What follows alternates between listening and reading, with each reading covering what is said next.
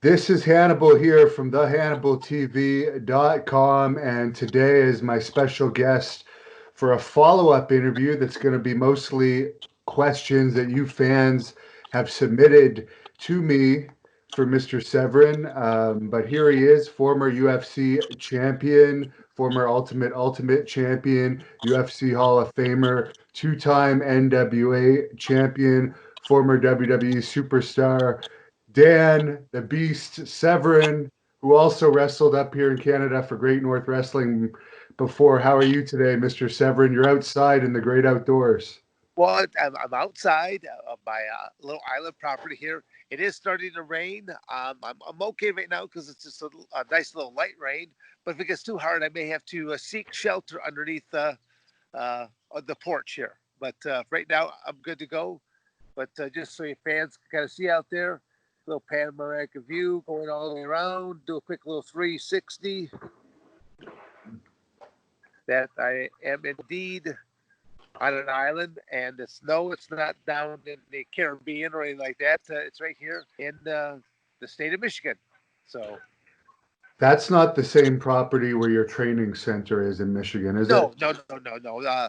This property right here is located in Howell, Michigan, and my training facility is located in Coldwater, Michigan. So, we're still in that uh, coronavirus pandemic, I'll say aftermath type aspect. Each state is a little bit different as to what they're allowing to open up first.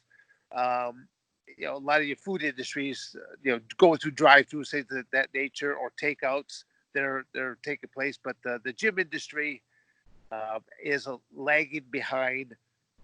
Arizona, they opened up a little over a week ago, but like I said, each state with their governor, it depends upon how they feel we should be moving forward. And there was a fan that wanted to ask you, his name is AL5, what you think about the future of the world and America with what's going on right now with this epidemic or so-called epidemic. Okay, what was his first name? His computer name, I guess, is Oh, AL5. It's okay, just yeah. A lot of people, again, that's where sometimes I just wish people would be bold and just, if you want to say something, use your name. It's but that's right. He's not looking for anything.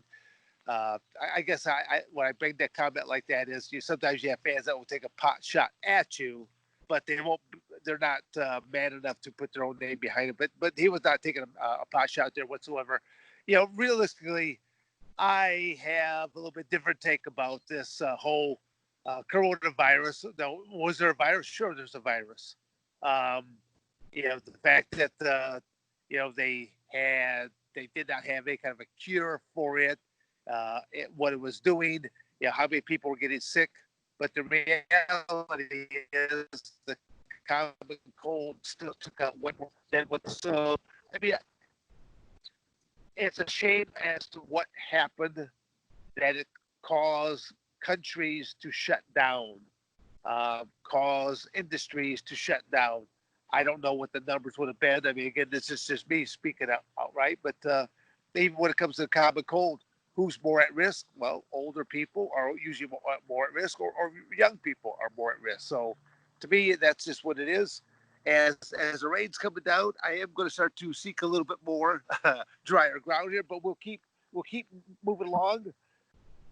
Not that the beast is going to melt in the rain anytime soon. yes. It was beautiful this morning as I was sitting outside here. I kept thinking, okay, we'll be coming up here around 8 a.m. this morning. But it's kind of nice seeing the ducks and the geese swimming by with their little families. Oh, you got your flag perched high on your property too. Oh, but of course, I'm a big time American flag waver. I believe in what all the different things that it stands for. Yeah, like I said, going back up there to see. So yeah, even I'll even walk around here on the property a little bit. It's like I said, I'm not going to melt anytime soon. But again, going looking around, kind of like the little beach area here. Got to get a load of sand in. That's the more difficult aspects. Is everything has to be brought in by barge, and kind of a unique thing over here is I'll aim you out. Seeing a couple of the willow trees here. We just again a lot of cleaning up, a lot of mowing, trimming, picking, or raking. This is actually a little boat slip out on this side that I'll have a couple other types of boats, canoes, kayaks, things of that nature, in and out. But I said that here's me doing my lumberjack workout, just simply chopping wood and splitting on up. But it gives you just a better idea of the overall property. Speaking of the lumberjack workout, what are you doing for training these days? You always are known to be in top shape. Well, I tell you what, it's still there's a lot of isometrics. That's the one thing that I always tell people. I tend to work out even when I'm driving down the road. They're like, you can't work out when you're driving down the road. I said, yes, I can. I said, it's called isometrics. And like, what do you mean? I says, well, what do most bodybuilders do? They flex, and actually flexing or holding something for a period of time is basically isometrics. So that's kind of what I do. So as I drive down the road, I'll just simply just flex left arm, right arm. I'll flex legs, abs. Hell, I do torso twists. I do some side bends. I mean, it just all depends because I do go through quite a few rental cars in the process. And, it's I've actually retired a couple of them already on for the different rental companies. I'm not mentioning any names right now because I'm in the process of trying to negotiate a deal with one or two of them because I do drive a lot. A lot of people wonder, well, why do you drive and not fly? And very rarely, again, I'm just kind of coming back, just grab my chair. But again, this is, to me, this is actually very peaceful serenity.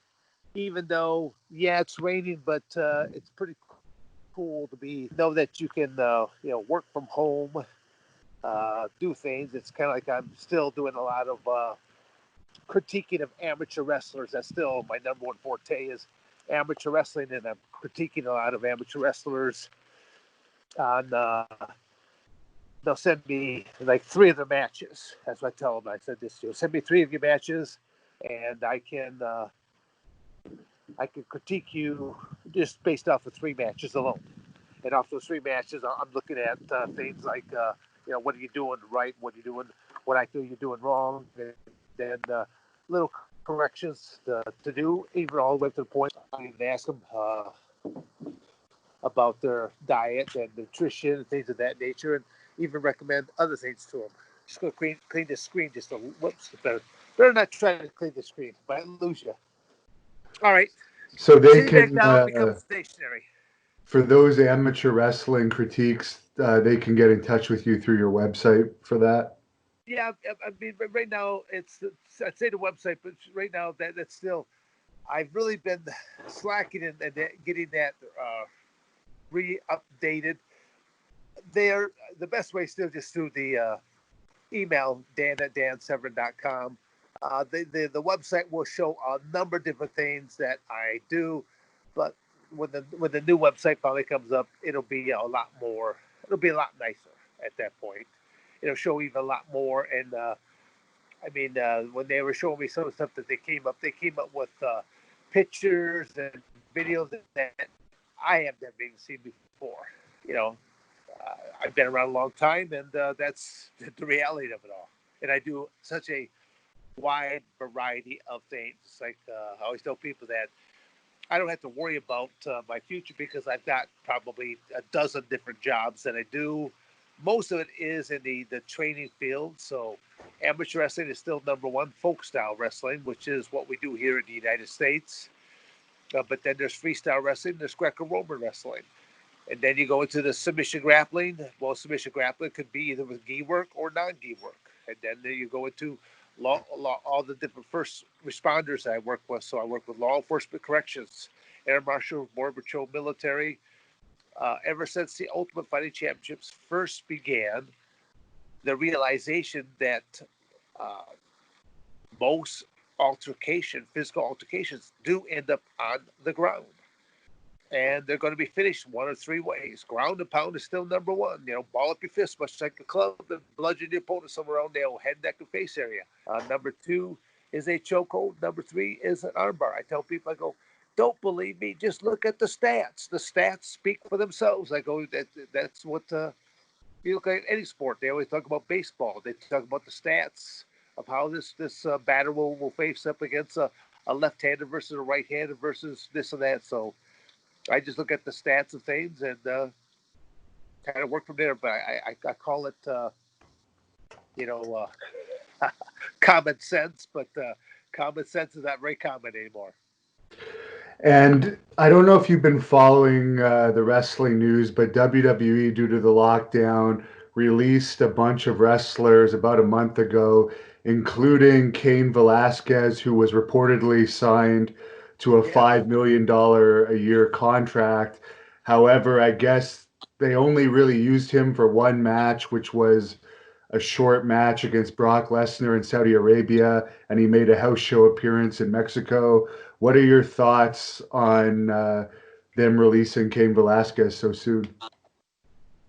Well, I mean, it's I think a lot of industries are sort of in that unknown phase. They just did not know what's going to happen to the future because they're looking at like look at all sports. Uh, they need the attendance, the people that come out to those stadiums. Um, football, basketball, baseball, hockey. I mean, the list goes on. Then you have your professional wrestling, anything that goes indoors, outdoors. People. That's what they thrive upon.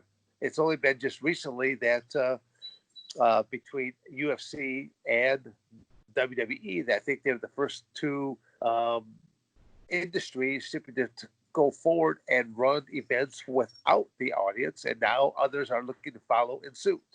So correct me if I'm wrong on that, but I'm pretty sure that's the status on that. Um, as for letting people go, again, that's kind of like that great unknown. Every year, WWE lets a number of the talent go um, for various reasons. This could be like, gosh, we don't know if we're ever going to be running a show again, and if we do run a show again, underneath what aspects, and we need to cut some overhead out of it. I did not know Kane was had signed to that kind of a figure eight there. That's quite a great deal there for him. Sorry to see it end so quickly. Again, he comes from my alma mater, Arizona State University. So it's I hope that he finds something else that will help fill that niche for him. Do you think his MMA career is pretty much over at this point, or do you think he could potentially have a few more fights and do okay?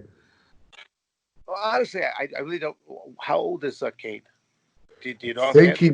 he's in his late 30s. Okay. I know he has a bunch of injuries, though. The Well, I injuries mean, might be one of the reasons why they released him from WWE. oh, okay. Well, yeah. There's you know, the aging. I was just saying the aging athlete. That I mean, when you say it like a number like 37, I go, okay, well, gee, that's when I just started my MMA career. So, but Yeah. it wasn't even known as MMA. It was known as NHB, no holds barred, because the rule structure is so much more different than what it is today. Today's uh, a competitor competes underneath, it's either 47 or 40, between 47 and 49 rules, weight classes, time periods, and back then during the no holds barred, it only had the two rules of no biting, no eye gouging, and that was it. No time limits, one round, and you basically went until complete victory. I mean, your opponent was unconscious, whether you choked them out, knocked them out, your corner could throw a towel in. It was a very unique concept and came underneath a great deal of scrutiny, nevertheless, as well. But you know, it again, talk about Cade. I just hope that he has other things to fall back on because at 37 he's a very young man. There's a lot more to life than just that little bit right there. So I And just simply say I wish the best of luck for him. have you seen Jack Swagger's Bellator matches at all? No, no. I mean it's I'm kind of like a hermit in some ways there, Devin, where I just don't watch a lot of television. I'll watch a video here or there as it comes about. I watch, like, people say, do you watch Ultimate Fighting Championship? Well, I never did in the beginning. I still don't even now. Every now and then I will go to a UFC show in Vegas if I happen to be in Phoenix, not that far away, and I have there might be a match that I'm really intrigued with. But via the internet, I'm always able to watch a match here or a match there. Time, I keep coming back to the word called time because it's I have so many different things that I enjoy doing. I keep running out of time on a daily basis. My days start off really early and come about that around that 11 o'clock time frame. I start trying to shut it down, trying to know that I'm asleep by hopefully by midnight, and then I start it all over again by 6 a.m. the following morning. So I ride on about 6 hours of sleep, and I put in 18 hours in 18-hour days. And usually, as my days come to an end, it's kind of like going, I want another 18 hours. But that's because I truly enjoy. I enjoy what I do. I enjoy the lifestyle I have kind of carved out for myself. Um, and I just, there's a whole lot more things I want to do. It's kind of like, I would have never thought I'd be living on an island property. I mean, I think that's something that kind of intrigues people. That romantic aspect of, oh gosh, owning your own deserted island, having coconuts and stuff like that. Well, obviously in the state of Michigan, we don't grow coconut trees, so that won't ever happen. But it's just kind of unique property that to acquire. And I have a place out in Arizona. I have a place down in Coldwater, Michigan.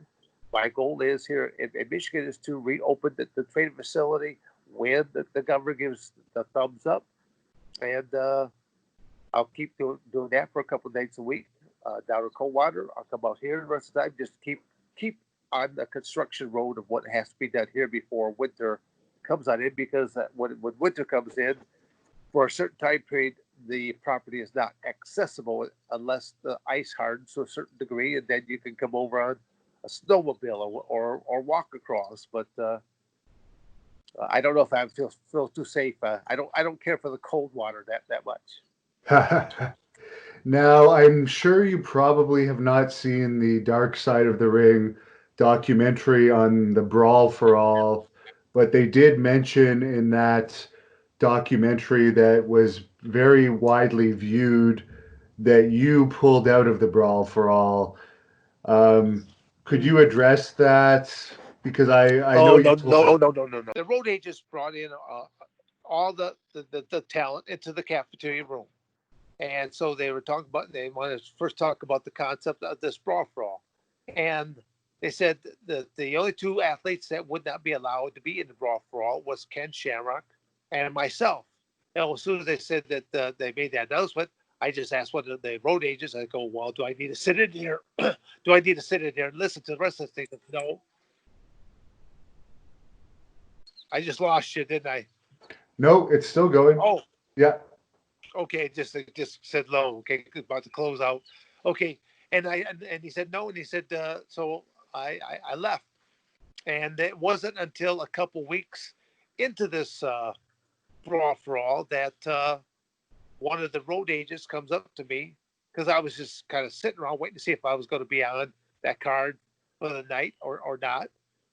Um, And the one road agent comes up, he says, Dan, he goes, how would you like to be in the brawl for all there tonight?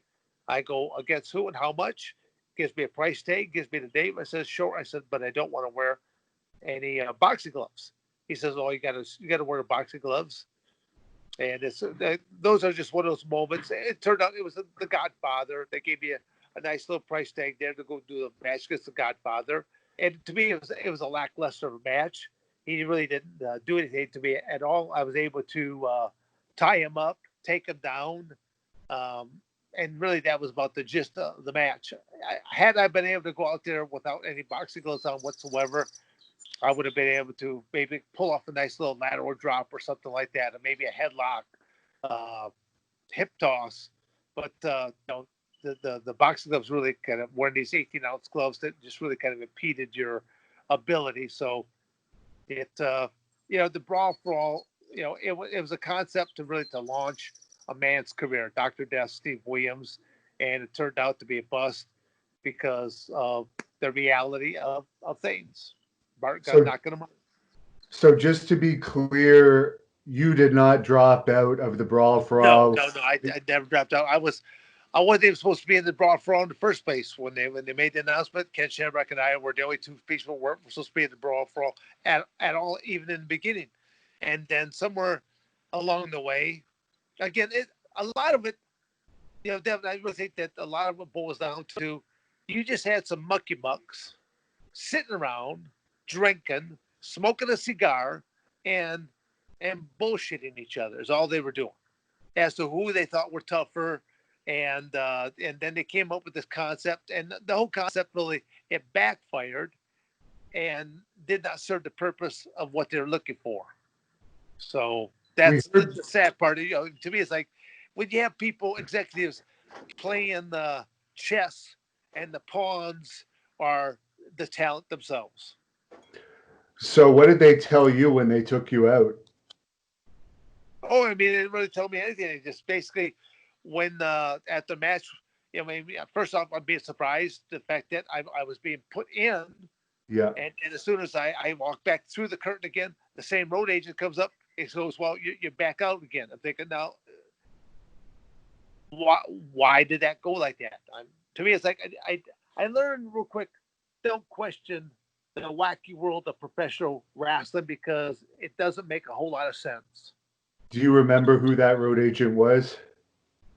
No, not right offhand. No, no. And Butterbean stated in that Brawl for All documentary that he felt WWE fed Bart Gunn to him as punishment because they wanted Steve Williams to win. I don't know if I buy that. What do you think about that? I don't know. I've met Butterbean. Butterbean's a he's a good jovial type individual. I really enjoy being around him. Um, I don't try to read anything into it whatsoever. I just Butterbean's a very powerful individual. I mean, he's built like a Sherman tank. How would you have done against Butterbean? Final question for the Brawl for All. Ah, not good in the boxing match. I would have been trying to take him down or clinch him as quickly as I possibly can. So yeah, don't know how that would have worked because he was really good at throwing body punches, throwing knockouts, just the way he could pivot, and now he's got that 400 pound punch. Or I should say that 400 pound body behind that punch. Yes. So, how do you think the Brawl for All would have gone if you had been able to continue? Well, I mean, yeah, I'll just put it like this. I go, what my weak area is my stand. I always tell that to people, but my grappling area is my strength.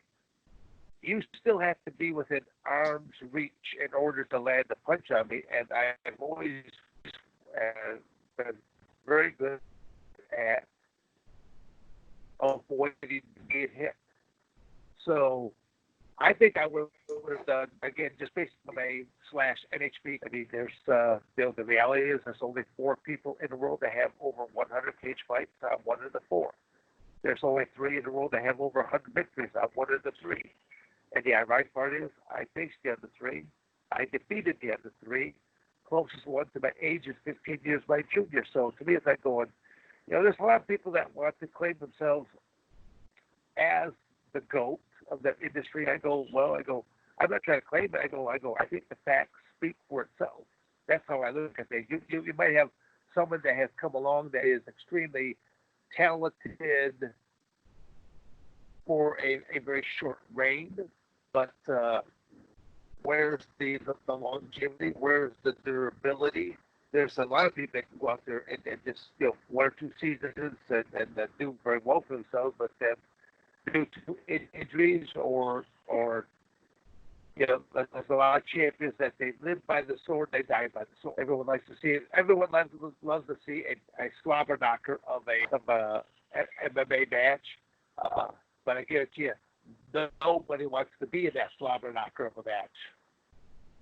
Right. And I know you keep in touch with Don Fry. How is he doing these days? Much better. I mean, he's last year I think he spent more time inside of hospitals and rehab centers than he was outside. I'm happy to report that this year he's spent more time outside, so that's actually really good. The reality is, will he ever be the Don Fry of yesteryear? No, but then neither will Dan Severn. The aging process of moving forward. Don Fry is, I think he should just count his lucky stars that he's still alive, because he has died on the operating table and they had to revive him. So he should be happy that he is alive. He should be happy that he has a life to move on. And you know he was one of my wrestlers when I was a coach at Arizona State University. So he actually lived with a couple of my younger brothers, and so I know Don like a brother. So I will continue to help and look out and try to teach him some of the things that I do. So there's other things that I will be looking to do here relatively shortly. I'll say next 60, 90 days. I've got a couple more irons in the fire that should start coming to fruition. And when that happens, I'm definitely thinking about people like Don Fry or even Mark Coleman. I mean, helped out Mark a great deal, and then taught him some things what to do, and he's picked up more work. So he's actually very appreciative of how I've been able to guide him. But I always tell people, I've been a teacher most of my life. I started teaching sport of amateur wrestling when I was in ninth grade. Is when I first started teaching amateur wrestling, and I've had that teaching principles throughout the rest of my life. I have a teaching degree from Arizona State University. Now, granted, that is in industrial arts, so I'm Mr. Severn. Your shop teacher is really who I am. So, but I think it carries over in a lot of things that I do, how I conduct myself. Any memories of when you were refereeing the dungeon match between Ken Shamrock and Owen Hart for that WWE pay-per-view? Well, I mean, I think the part I really enjoyed the most was actually in the preparation period of time. I'm upstairs and I'm sitting inside of the Hart home, the Hart resident itself, and I'm in there with Stu Hart. So I had a chance to interact with Stu a great deal. I guess some people must have told him a little bit about my background, because he was asking me about my shooter background, and from what I found out, Stu was really big into shooters, and he even taught all of his own sons how to shoot first before they became wrestlers. So there was I had a very enjoyable conversation with Stu, and it was just a few weeks later that Owen, I met up with Owen again at one of the other WWF shows, and Owen said, "Here, my dad wanted me to give you this." It was an Owen Hart T-shirt. Stu Hart did not have a T-shirt made, but it was an Owen Hart T-shirt, and Stu Hart had put his autograph, and he wanted me to have it. So I thought that was a very appreciative type gift. Were you wrestling on the card the night that Owen passed away? No, I was not there that night. So it was yeah, no, I was not there that night, but I had people contacted me the very next day wanting to get my feedback on it, and that's just one of those unfortunate tragedies.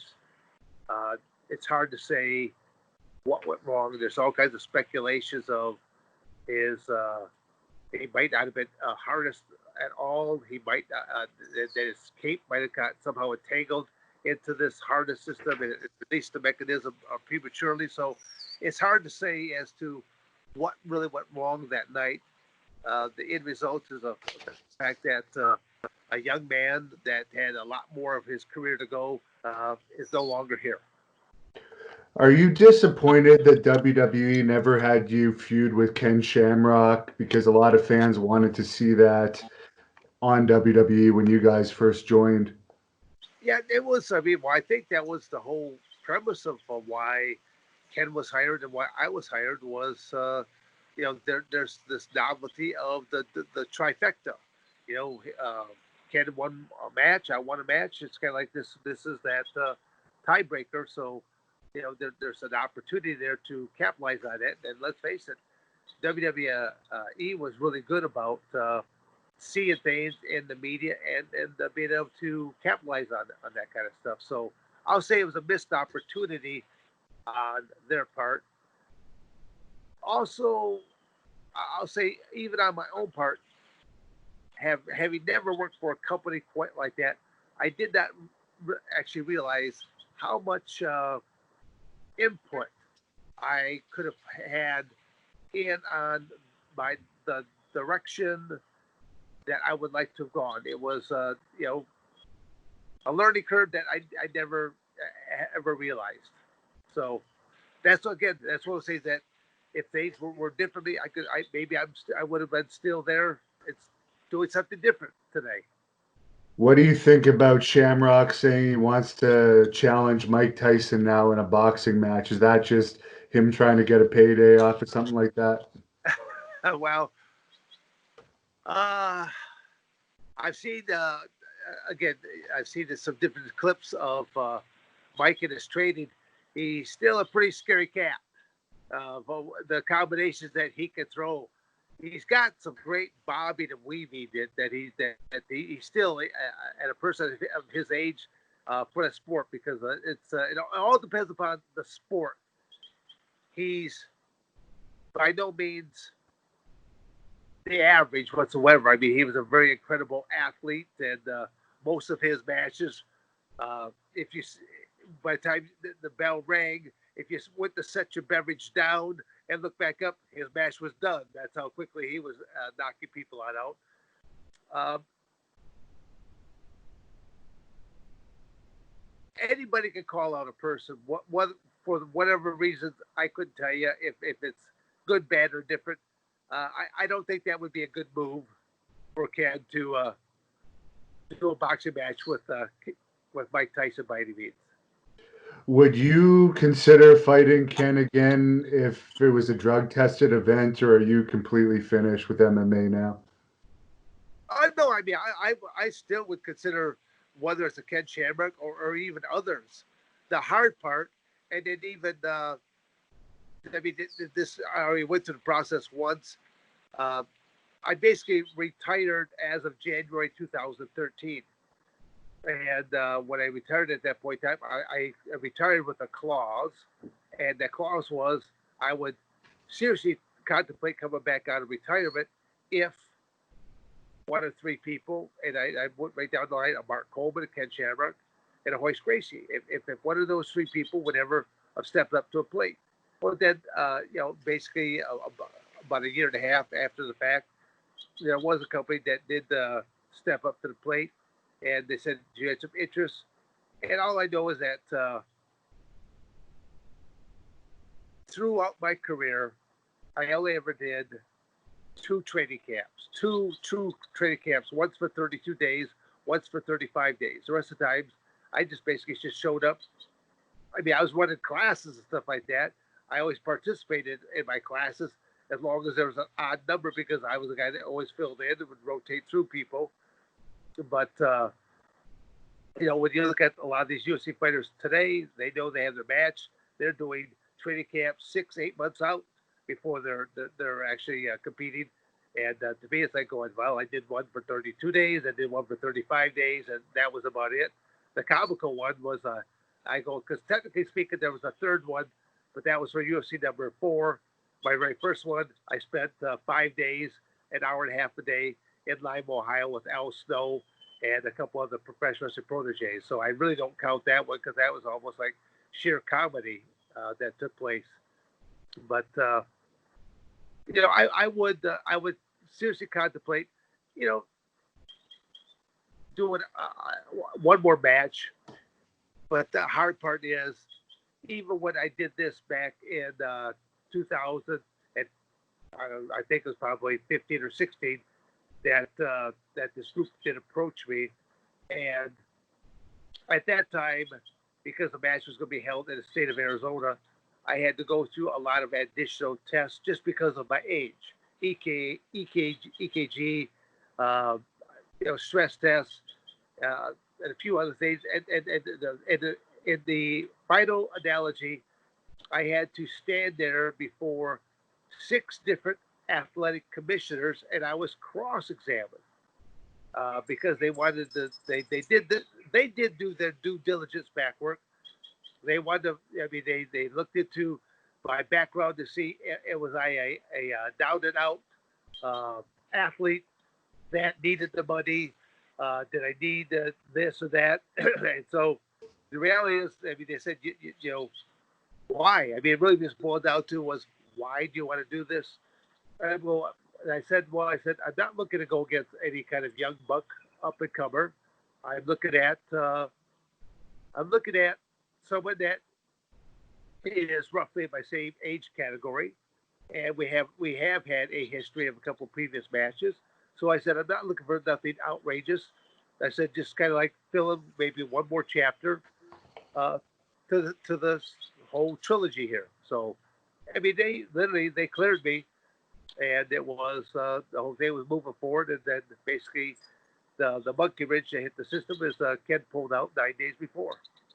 So, And you refereed at UFC 24. How did that come about? I know it was just some preliminary matches, but it's unusual for an active fighter to step in there as a referee. well, I mean, it's I again being around this industry for as long as I have had been during the no holds barred era, you still had to have referees. There were no judges at that point in time. Um, I wasn't really running pro level events. I was running amateur level events, and so I did I did teach guys how to referee. I did teach guys how to judge. It was 2 winters back that the state of Arizona athletic commissioner contacted me to see if I was going to be in town at a certain time period.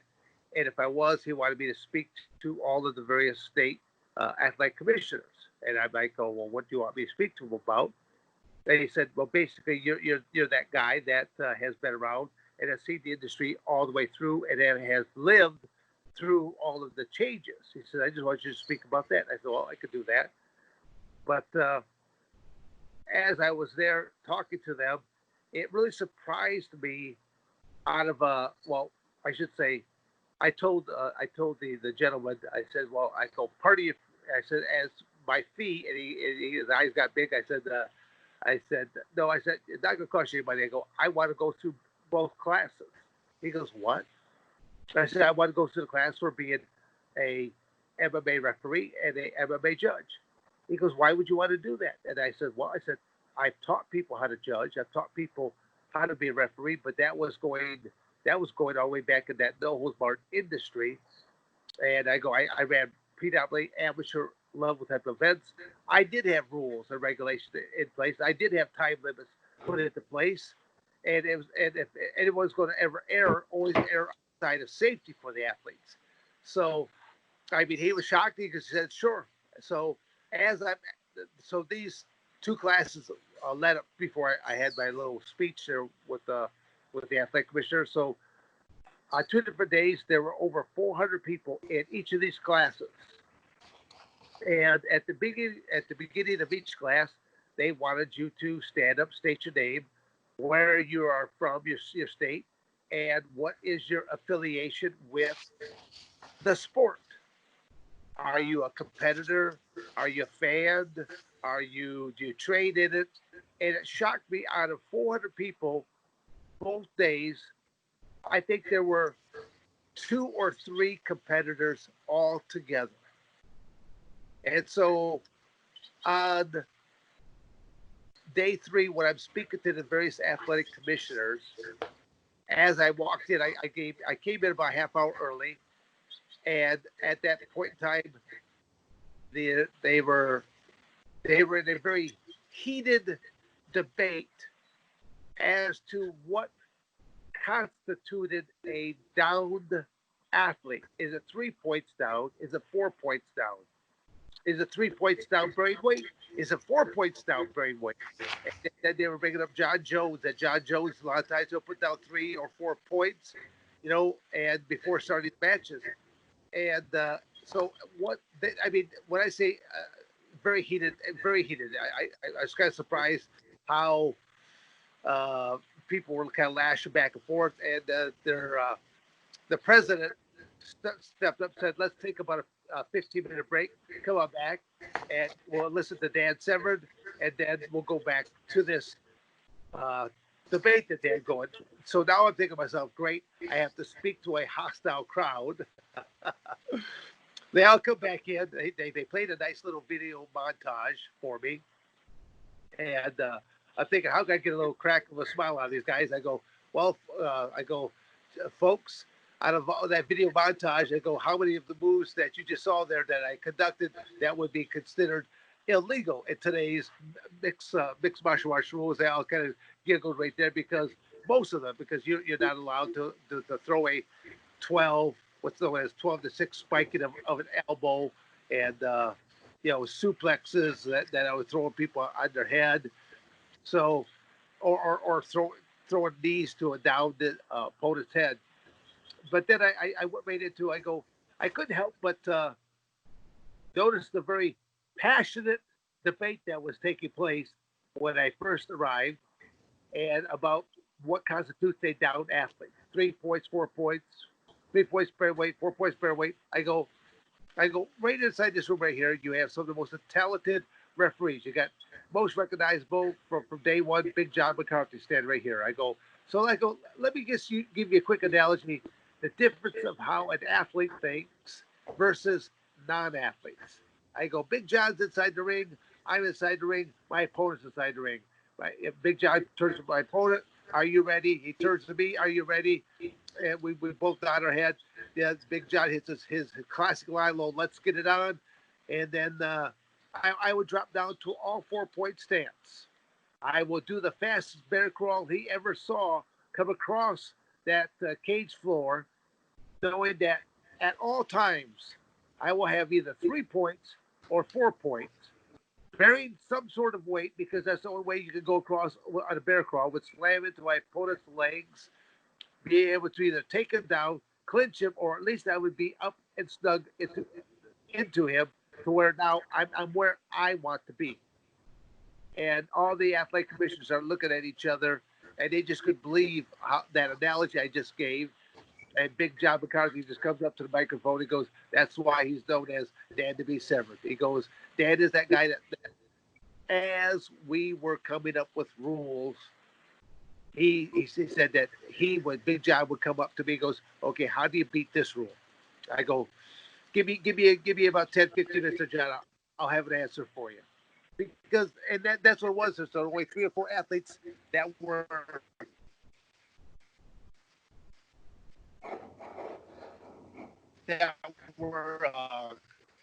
at these different at this judging and refereeing, and it really, because like I said, an athlete thinks a lot differently.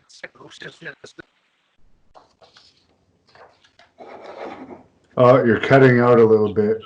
Okay, trying to move back around. I mean, as before, well, I don't know. It's where I kind of had you before. We'll see if that works out any better.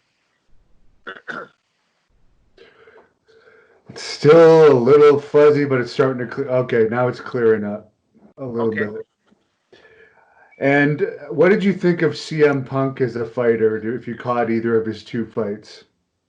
Well, I caught, I guess, the aftermath, because people are good about sharing that kind of stuff back out on the internet. So yeah, they were pretty short lived, and you know, I'll just kind of leave it at that. I mean, I don't know what his background was before. If he was, training in anything, if he had a background in, box, kickboxing or jujitsu or anything like that. But it's professional wrestling allows you to make all sorts of claims of what your background really is, the reality is, are you able to pull the trigger on things? That's all. And Mike G had two questions for you. He's a big fan of yours. He wanted to know if you think the fight between Ken Shamrock and Kimbo Slice was fixed, and if you've ever participated in an MMA fight that was had a predetermined outcome. We know those have happened over the years here and there with Right. some companies. No, it's no talking about. I mean, well, the Kimbo Slice match, Ken Shamrock match. Uh, well, I mean that one actually kind of sticks in my craw there just a little bit because that was supposed to be taking place the same weekend that Ken Shamrock and my match took place. So that sort of upsets me uh, because, like I said, I'm the guy that had to bring that to the attention to the company that was trying to put together Ken Shamrock and myself. And uh, Ken was so bold. He even said that I'll fight I'll fight Kimbo Slice on a Friday night, and I'll fight Dan Severn on a Saturday. Does Dan Severn have any problem with that? I'm going, no, I don't have. Oh, no, no, I'm sorry. I'm thinking that was sorry, wrong match. That was Ken Shamrock versus Hoist Gracie on that particular night. So sorry about that one. So, but yeah, the Kimbo Slice match. I mean, I watched it, and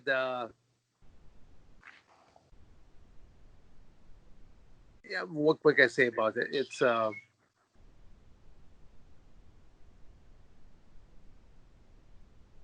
those are that was a match I wanted to do there as well. I would have done a match with a Kimbo Slice, but obviously, those opportunities are gone. Um, I really don't know what to say about that there, Devin. It just it wasn't a lot of it just did not live up to the hype. Just much like with the Hoist Gracie Ken Shamrock match, and that did not live up to the hype whatsoever. Uh, and that was just to go back to that for a moment. Uh, Ken had agreed to do a match with me. At the last second, he takes a match with Hoist Gracie for Bellator, same company we were talking about, and I'm the guy that actually had to bring it back to the company that was trying to put together the Shamrock Severn match, and then Ken he was so bold. He said, "I'll fight Kimball Slice on a Friday night and fight Dan Severn on a Sunday night." And I'm thinking, you know, I told the company, I go, if Ken so much as gets a hangnail in between those two, between that Kimball Slice, Hoist Gracie match, I go, there'll be a bare bones minimum of a 30-day suspension. I said, if you better move the match back by a minimum of 31, 32 days. And basically that's eventually what they ended up doing. It's just, just a big waste of time. Something that, again, I don't like to waste.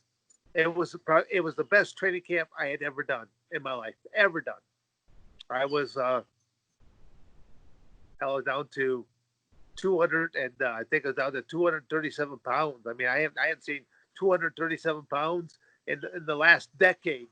My cardiovascular was off the hook, and again, I'll say I kind of look somewhat like I do right now, except I had a full beard. Hair was completely white at that time because I always tell people I said the reality is I've been coloring my hair since I've been 27 years of age. First started with the beard, and then I had to go more and more real estate because more and more gray kept popping on in. But it's the funny part about it is at different gyms that I was doing my different workouts at, more and more people started to gather. They started seeing the pattern of times that I was coming to these gyms, and more people started showing up at different times. And they were like, "Who's this? Who's this Santa Claus looking old fart over there? The guy just doesn't stop. He just keeps on going and going and going." So that was I got a kick out of it. Did you ever amateur wrestle Dr. Death, Steve Williams in your career? Yes, I did. Actually, and he beat me. Oh, So wow. yeah, so it was I don't remember where it was, but yes, we did encounter each other, and well, I know it was actually it was my senior year, so my junior year in college. I had suffered several little neck injuries to where I decided to move up to the heavyweight weight class. The reason I said that to go up to the heavyweight weight classes was because heavyweights don't move around near as quickly as what the 190 pounders do, and I was trying to do something to where I could protect myself a little bit better. Uh, but the heavyweight weight class was still not regulated. You can weigh anything as long as you weighed a bare bones minimum of 175 pounds. And there were still heavyweights that were in excess of 400 pounds. And I ended up wrestling Dr. Death. I just remember I shot in, and as I shot in, he stuffed me. In the process of stuffing me, um, I I kicked my neck in such a way that I just felt that like a bolt of lightning go down my spine and stuff like that, to where literally I couldn't do anything. I mean, he just flopped me over, and that was it. I actually laid on the mat there for quite some time there, and doc stuff like that, checking me out. So I'll just say I took some. That's why I did take some time off from the sport of amateur wrestling, and I thought maybe I might be done. So, just like you talked earlier on in the conversation here, you about Cain Velasquez, injuries do take their toll. Some people are able to come back, or they're able to modify uh, what they're able to do to a different degree. So, And this is a quick question from Samuel Gates. He's from Coldwater, and he says, which burger joint is better, Midway Burger or Willow Burger? see now, I've never had the burgers at Midway. So Midway is a bowling alley. Uh, but I've never had the burger there.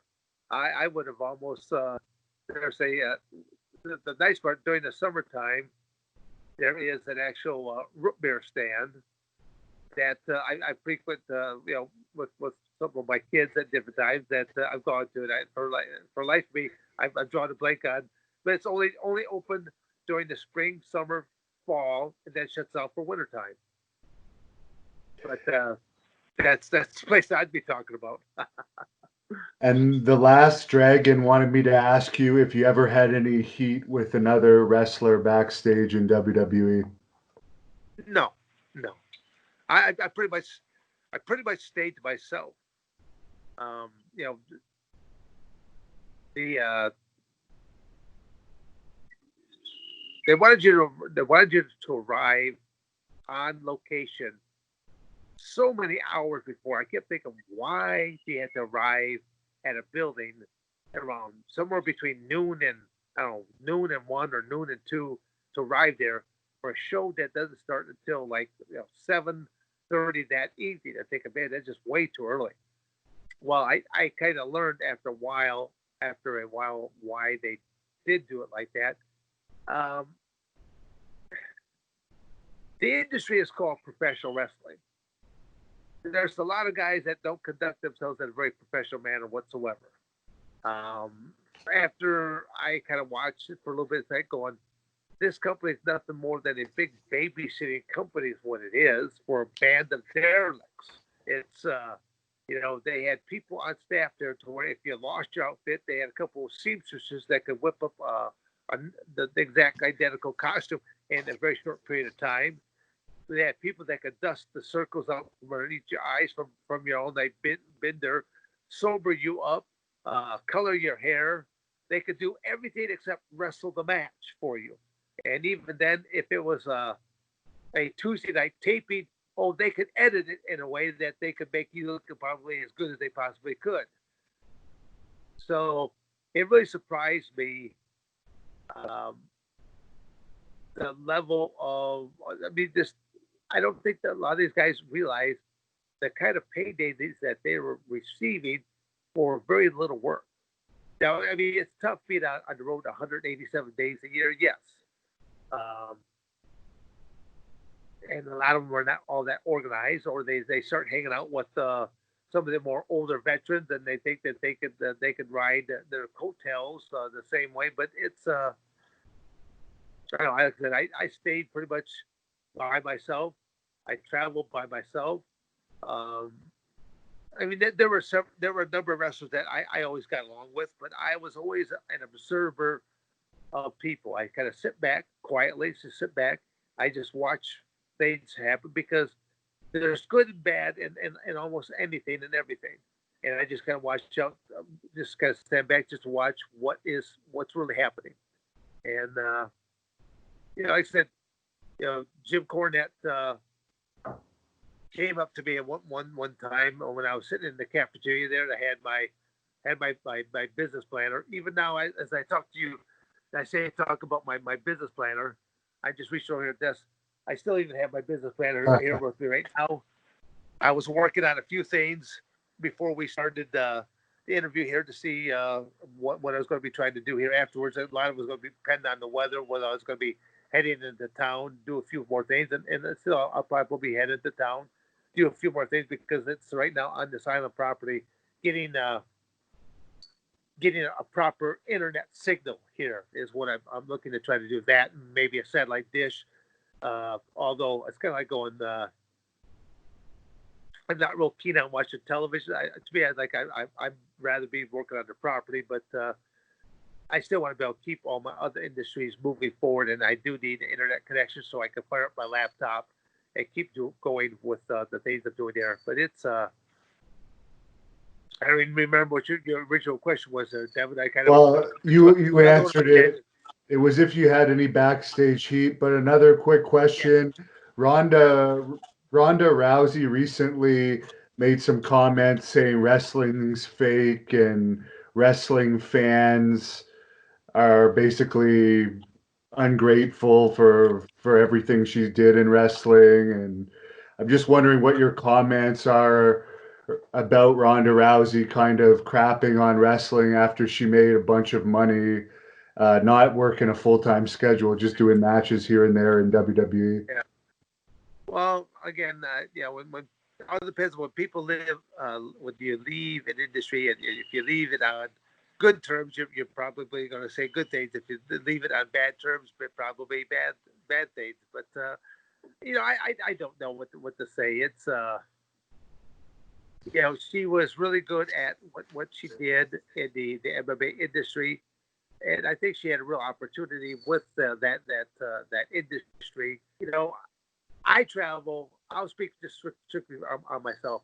I travel with two of the most prestigious belts. I travel with the NWA belt, and I travel with UFC belts. Now, when I go to these different fan fests or these comic cons, things of that nature, people that come up there, get just to get pictures with or get things signed by. They see the UFC belts. They're like, man, that's they love seeing those UFC belts up there. And then like they'll see the NWA wrestling. They're like, well, what kind of wrestling is that? And I'll say, well, just like what you see on television with a WCW. I see. Well, when there was a WCW and a WWF, now I guess I had to start putting in a couple other companies out that are doing a good job on the independent scene. Um, and they're like, you beat the fake stuff. And I go. Obviously, you recognize these UFC belts. And they'll say, oh yeah, love this stuff. And I'll go, well, why is it that I've been hurt so much more in my professional wrestling career than I have been in uh, my cage fighting career? And they look at me puzzled. I said, well, that's reality. I go, I have had three major careers as an amateur wrestler, a professional wrestler, and as a cage fighter. And the safest thing I've done is cage fight. And they look at me, well, that's got to be impossible. I go, well, the amateur wrestling, just because of sheer numbers of matches, and wrestling internationally, because in international competition, it's a whole different animal as opposed to wrestling domestically. inside the United States, a lot more civilized. But when you're in a former Eastern Bloc country, I was still wrestling during the Cold War era where Russia, they've got nuclear power. The United States has got nuclear power. They're puffing out their chests at each other like two bullies on the block. And I'm just thinking to myself, when you talk to the athletes behind closed doors, it's a whole different picture because the Russians. I've been to Russia, half a dozen different times, and they want the best things for their family, same way as what Americans do, or same way Canadians do. They would just want the best for their families and just to be left alone. Well, it's it's our governments. Most Russians, they don't like their governments. Well, how many Americans like their government? Same way, how many Canadians like their government? you can you can simply just look at each one. If the governments would simply bring in more advisors from the real world, people that actually work and do things. But I don't know. Going off onto yet another tangent there, Devin. And Brett Mitchell wanted me to ask you if you've ever been in a street fight or bar fight. I know you're not the type to hang out at bars, but No. I did do a lot of appearances at sports bars, things of that nature. I even learned real quickly then to set that time frame up a little earlier in the evening and not later in the evening because after some of the patrons had partaken of too many of those barley pops and that they get a little bit more bragocious and brave there with you. So no, I've never been in a physical altercation. Um, but I always tell people I've never been in a fight in my life, but I have been a competitor my entire life, and that's a whole different cat to deal with because I always look at what are the rules or regulations that you are dealing with, and that's I would have never again like for example I would have never pursued a boxing career because I don't possess that skill set, but to be thrown in a no holds barred, I'm thinking, okay, now that you allow me to use my grappling ability, you know, I, I'm game for that. I mean, even to reiterate that the very first time that I was called by the UFC that, hey, you're going to be in UFC number 4. I mean, I did not tell a single family member. I didn't tell my wife. I didn't tell my kids. I didn't tell my brothers or sisters, mother or father. I didn't tell anybody. I basically just I took out 5 days. I lined something up with Al Snow to be able to go over to his Body Slammers gym in Lima, Ohio. That's where his location was at the time. Because a professional wrestling ring was the closest thing that I could come to a cage, a confined area. Um, and I trained with Al Snow and a couple other professional wrestling proteges. They had one pair of boxing gloves between the three of them, and they just basically kept rotating where they were trying to punch, kick, and then slap on whatever submissions they could do. But the reality is, having boxing gloves on is kind of tough to throw on the submission locks.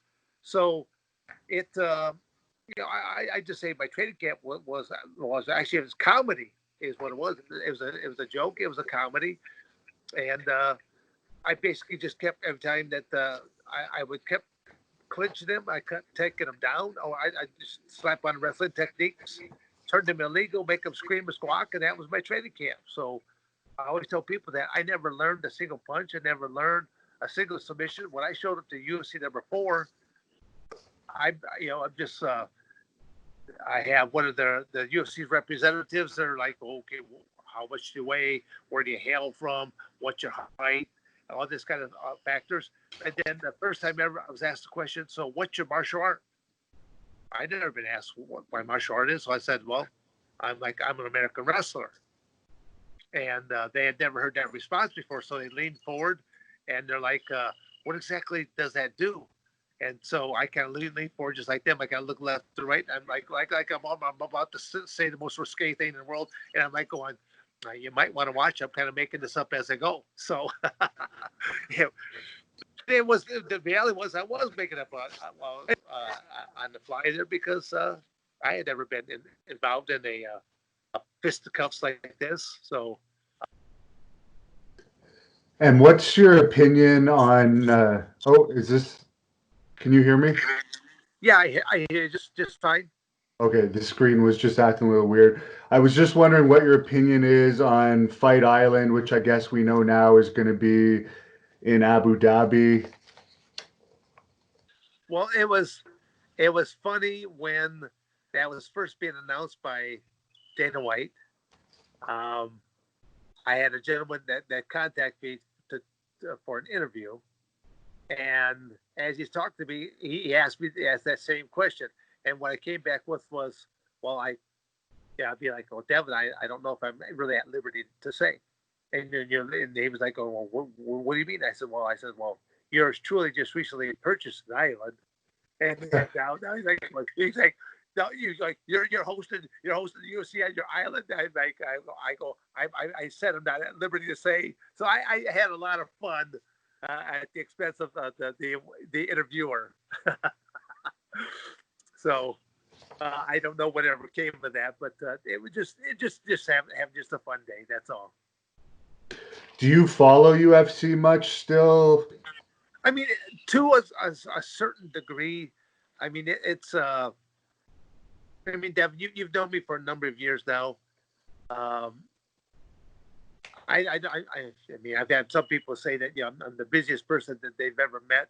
I don't look really upon it that way. It's not like I'm trying to set that goal. I do a lot of different things. Um, I look at a lot of people lose a great deal of their life because they sit on the sidelines and they will watch life pass them by. And there are those that are going to engage the game. I always tell people that I do want to write a couple more books.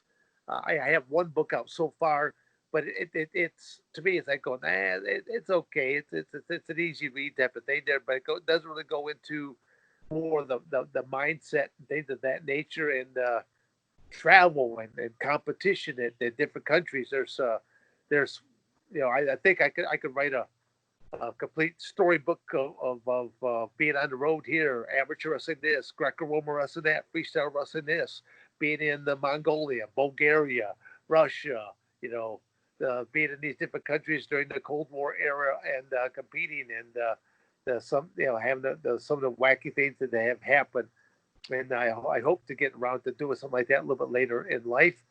Um, so I always say that who knows, I might be out there writing books on an island here somewhere down the road.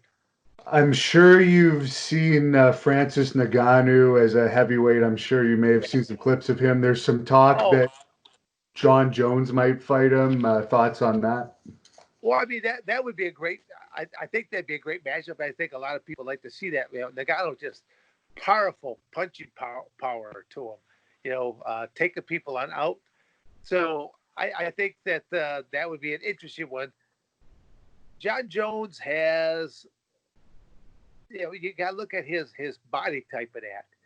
He's got a really long reach, creative. When he was throwing those spinning back elbows, I did. No one could do it better than what he was doing. Spinning back elbows, spinning back fists. Um,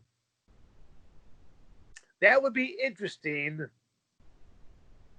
I'll leave it at that. That would be a very interesting matchup to see happen. Probably one that if it was happening in Vegas, be one of those ones that I'd probably be trying to make. What advice would you give John Jones? He seems to still be getting in trouble. I mean, the last interview I talked to you Oh. in 2018, he was in trouble then, and he just had another DWI issue, I guess. I John Jones is his own worst enemy. That's all I can really say. I there's really no advice I can give him. He's a grown ass man. He knows better. He just doesn't do better. So there's not much I can say. There's comes a point in time you just gotta uh, let it go. That that's all I can say about that one. And for Daniel Cormier versus Stipe Miocic, they're saying it's going to happen before the end of the year. Who would you choose in that one? You know, Cormier, I like. You know, as long as he puts in a good training camp, I would go with Cormier. Yeah, no real reason for I'm saying that, but it's I've liked the way he's always been a hard worker. He's always kind of persevered. So I'd go with him. Do you think WWE is ever going to put you in the Hall of Fame as being one of the first MMA fighters to actually participate in WWE after UFC? I don't know, and I'm not losing any sleep over it. Now, should I be in the Hall of Fame? Well, I see some of the people that they have put in there. Based upon some of the people they have put in there, I go, oh, I deserve to be, I deserve to be put in there. But again, I'm not a very good politician there, Devin. I always tell people there's a big difference between a politician is an ass kisser and I'm an ass kicker, and that's a whole different it's a different opposite sides of the fence there. So I couldn't tell you that one. A lot of people really liked your WWE theme music, and they wanted me to ask you what you thought of it and also what type of music you listen to. Well, no, I thought they did a good job on it. I mean, did they didn't ask any of my opinion whatsoever. I mean, when they came up with it, they just brought that together, and I really enjoyed it. What kind of music do I listen to? Well, it depends on the mood. I'm still a classic rock and roller. Um, yeah, this classic rock and roll really is where I'm at still. It's I'll do it. All depends. Like during workouts stuff like that, I like to have some a little bit more hard rock and roll kind of going there at times. It kind of helps, just keeps you motivated. You know, like Did you my training facility, you know, a lot of these guys they got rap songs, and I'm not as keen on rap, but the thing though about I just don't like all the I just don't like all the profanity that gets woven into a lot of rap songs. So there's certain aspects that's okay, but then that's any music that has f bomb this, f bomb that, it's kind of going because I kind of practice what I preach. I don't curse a lot myself, um, and I don't want having music being played because I run kids classes as well. I don't want moms or dads coming into a class and as well as an adult class might be finished up and the kids class coming up and they're hearing f bomb this and whatever that and just this language. It's same way, but same way on clothing. My guys know that they can't wear shows shirts to my practices that have profanity or promote alcohol and things of that nature. Because it's not that I'm trying to be a prude. It's just that I believe a certain way that you should conduct yourself. My instructors always had to show up, you know, somewhat trimmed up, shaved and stuff like that, not looking like they just, been on a 3-day bender. Now, did you ever get the chance to work out with Lou Thez or Carl Gotch when you were over in Japan? No, I basically, that's where I met both, um, like I said, Beatty Lou and Billy Robinson. Really, are the two people I met with that organization that I was going over there primarily for. But Lou, I mean, he showed me a couple of techniques. Things, but Lou was already getting up there pretty good in age wise. Same way with Billy Robinson. They would show me a couple of types of techniques and show a couple of things that they would do in workouts because they saw how I was kind of like that machine that would go from one thing to the next to the next, and they liked the mechanics that I was putting together. But never really had the opportunity of meeting the Carl Gotch though. And Brian Briggs wanted me to ask you if you would ever consider testosterone replacement therapy. I mean, now at because I don't think I will be involved in really any kind of athletics at this point in time. I'm looking at my overall health. So, um, I would consider aspects of that now because I know, like for example, my testosterone level has got to be in the dumpster. So I would think that just to have a more quality of life, longevity of life, I would probably look at to see what testosterone or I mean just have some blood work done just to see where a few different things are at, and I'll probably do that. I don't know if that'll happen during the course of this year or by next year, but I'll probably do something like that, and I will probably do some type of testosterone replacement just to see what does it really do for me. But to me, I look at that. I'm doing that for my health and my well-being. I'm not doing that to get the edge on an opponent by any means. My opponent is Father Time. That's my opponent. And what's the craziest experience you've had on the independent wrestling scene? We both know some of those shows can be a little out there sometimes. Well, I witnessed something that down in one of the southern states. I can't remember if this was down in Tennessee, Kentucky, or where exactly this took place. First time I ever saw a leather strap match where literally, I think one, two, three, four, eight, eight of the fans were given an actual leather strap, and they're all outside the ring. And the two wrestlers that were inside the ring, if you got tossed out of the ring, these fans were literally able to beat you with this leather strap. And both these guys kind of wore heavier garments, and I felt sorry for this for one of these wrestlers because this gal, she was a good sized gal, probably she probably tipped the scales well over 400 pounds. She grabbed a hold of his jersey and she was whooping that strap on him. I'm thinking, I don't think this important. This poor guy's going to make it out of here alive. But that was one of the craziest things I ever saw was an actual leather strap match and fans participation. That's hilarious. And a bunch of fans wanted me to ask you, what are some of the keys to staying in such good health as they grow older, since you've done a great job of drinking from the fountain of youth, you could say. Well, well, hopefully we do that. We'll do another interview, and I'll have all this. This will all be gone, and it'll be all colored back to the normal Dan Severn type of phase. But you know, I've been lucky, I'll say, in certain aspects because I have had injuries. Um, and I've been able to come back from them. I mean, I actually thought I was going to be done at one point, especially with when I had my neck injury. I thought I was going to be done there. I've had 4 knee operations. I thought I was going to be done there. Recently, when I say recently, within the last 2 years or less, I have had stem cell shots, and that has worked a wonder for both knees. To where literally I back to, I'll say, like a light jog. I could actually jump rope to a certain extent there once again. To where I mean, there was one point that that was really being restricted.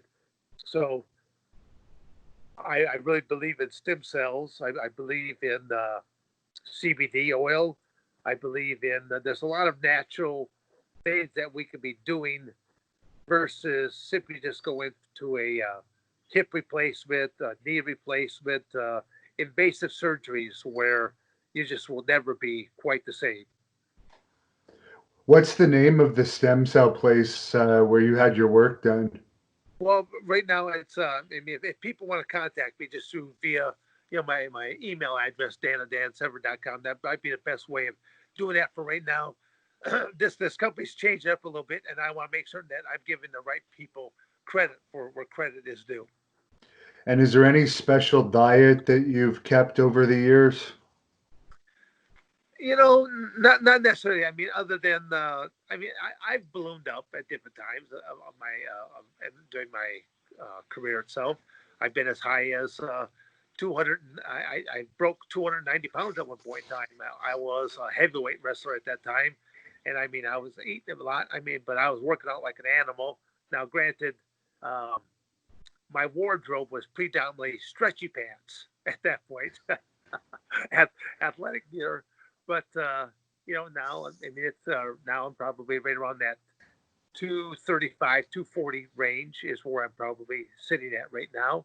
And my goal is drop over the course of the next couple of years, I want to drop about another 15, 20 pounds to get down to around that 220-pound range. Again, just for longevity's sake, because the big, heavy mastodons, they don't last in this world.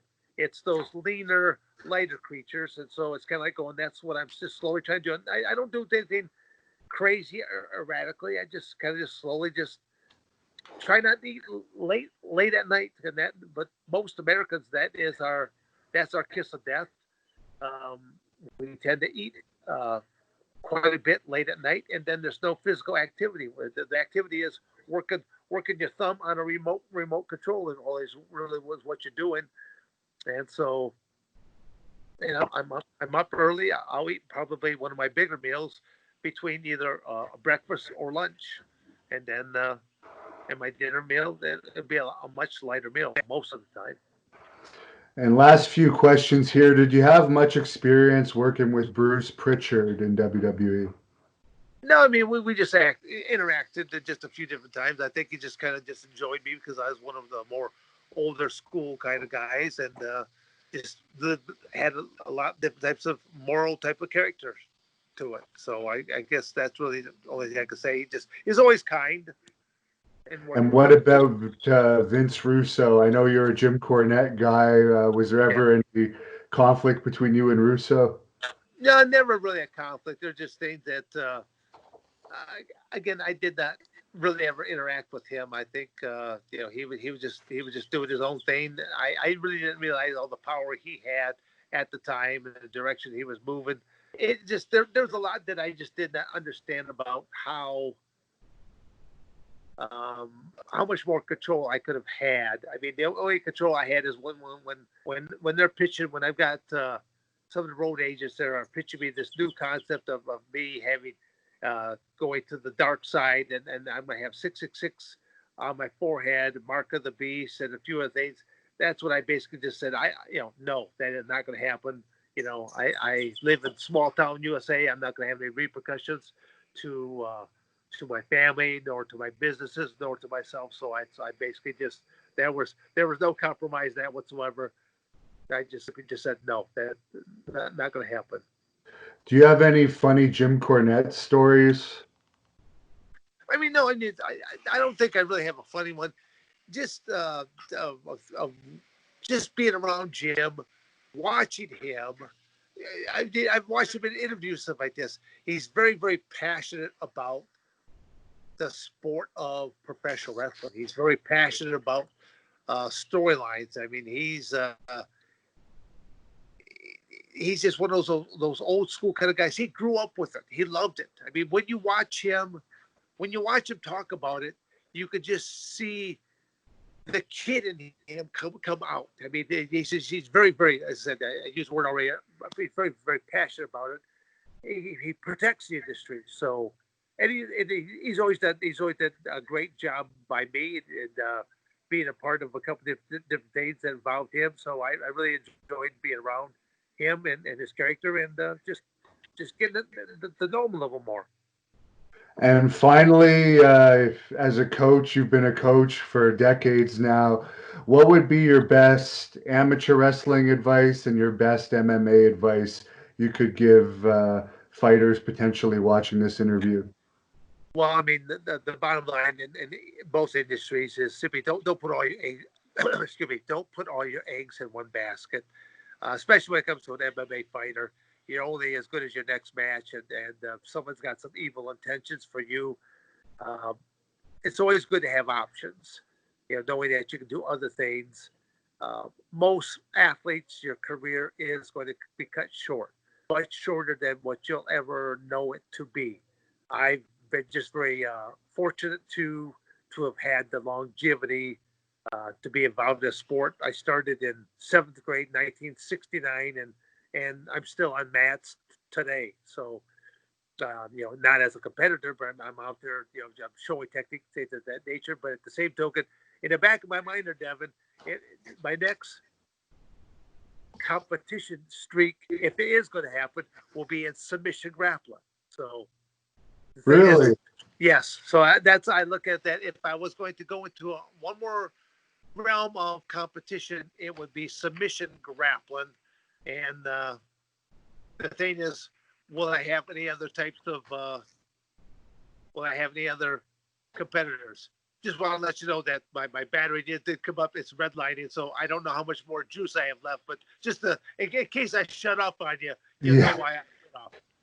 Now, just on the submission grappling, this goes into a fan question. I didn't ask you, but I will ask you since it's related. Is there a submission move that you're really good at that we haven't actually seen in one of your ultimate fights, but you do it a lot in practice and you enjoy working it?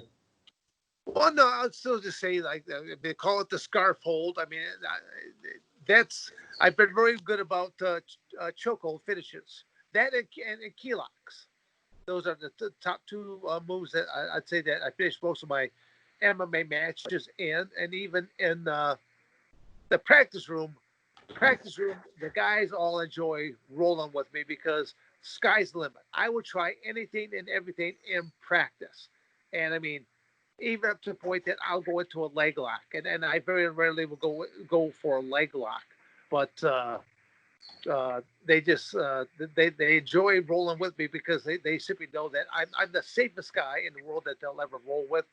Um, and yet I'm the safest guy and yet the scariest guy because I think way outside the box. I do put different things together that have not been seen, and a couple of them actually have been known as the Severn choke and things of that nature. To where, I think there's a lot more people have come up with even more techniques. I mean, each person is different in terms of body types. How long people's arms are, things of that nature. But then the competitors, whoever you're competing against, also makes a world of difference because there's some guys that they got a tree trunk for a neck, and it's going to be tough to try to choke that neck, especially if they got big old traps and stuff like that into through there. So just body types uh, represent different types of opportunities as well. And where can we follow you on social media if people want to look you up? Well, I still guide everyone just to my website, dansevern.com. And my email address is on there, and my social media outlets are there. They can see various products that they on there. They'll have a difficult time ordering it, but if they do contact me via uh, email, dan@dansevern.com, that'll be the best way of just doing it. But they can see things on my website. The new website, like I said, is very. I can't wait till it gets up because it's stuff that I've never seen before. Well, I hope that fans might not know this, but I was supposed to go to Phoenix to do an interview with you, but the lockdown happened and you were going to take us on kind of a tour to some of the sites that were important to you. Yeah. So I hope we can still do that whenever they reopen these borders. I'm looking forward to that. But any final message to close this off? No, I mean right now. I mean it's we're coming out of this pandemic. I mean it's I just tell people just to move forward with your life, re-engage it. Um, to more Americans, I'd maybe say stand up for your rights, understand the constitutional rights, stand up, and we need to hold more of these politicians accountable. I simply look. I'll get one more story here. I went to Washington D.C. a number of years back, and I'm being toured all through the House, the Senate, things of this nature. It's all pretty cool. And at the end of it, the person, the tour guide, was asking if there's any questions. No one seemed to be asking any questions. I'm like going, well, I raised my hand. He says yes. I says, well, I wanted to know how do I fire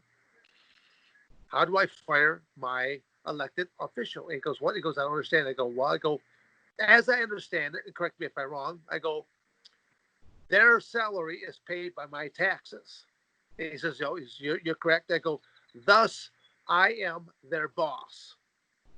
I am not happy with my employees' performances. So, thus, how do I fire my employee? Well, I opened up Pandora's box because I really do feel that about most politicians. They live, they live a very um, they live a lifestyle that they should not be accustomed to. Even during this pandemic, the fact that there was a raise that went through, and you have people that are unemployed, you have people that are unemployed, and yet there was a raise pushed through there. There's a lot of things that happened through this pandemic that I don't think people realize that went down. But understand your constitution and understand how to make more of these elected officials accountable for their actions. There is power, just need to know how to go after it. And that's probably something that I may get into a little bit more politics as time passes on as well, because I can't stand a lot of our elected officials.